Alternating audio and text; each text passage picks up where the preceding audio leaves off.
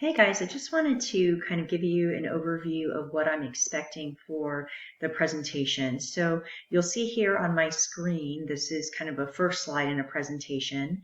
And if I were a student in this class, I would say I started my plan with a description for how the course is going to be provided in the healthcare setting. I opted to focus on the ways that the managers would use data and who is expecting them to use data.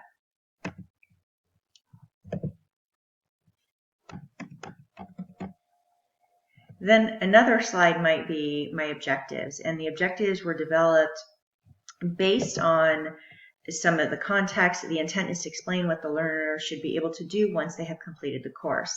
Following feedback from my peers, I updated the objectives to be more clear about the degree to which learners would be able to demonstrate the learning. These objectives were developed based on Hodel's recommendations, and the skills fall into cognitive and affective domains. So you'll see I'm really just presenting the various sections and what contributed to my decision making, and just going through. You can set it up however you want to, but the idea is really to explain your plan and explain how you came to those conclusions and decisions, and make sure to link it back to course content and the literature. Please let me know if you have any questions.